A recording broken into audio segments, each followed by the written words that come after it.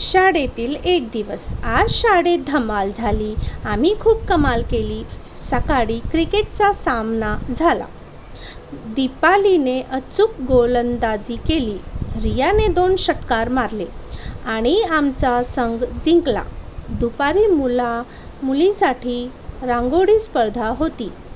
रितेशने जिराफाचे चित्र काढले. बबिताने दिवा काढला. कविताने बदक काढले. जितूने षटकोनात रांगोळी काढली. सगळे पाहुण्यांची वाट पाहू लागले. पाहुणे रिक्षाने आले. रांगोळ्या पाहिल्या. सगळ्यांचे कौतुक केले. आजचा दिवस मजेत गेला. जिराफ, दिवा, बदक, षटकोन, रिक्षा.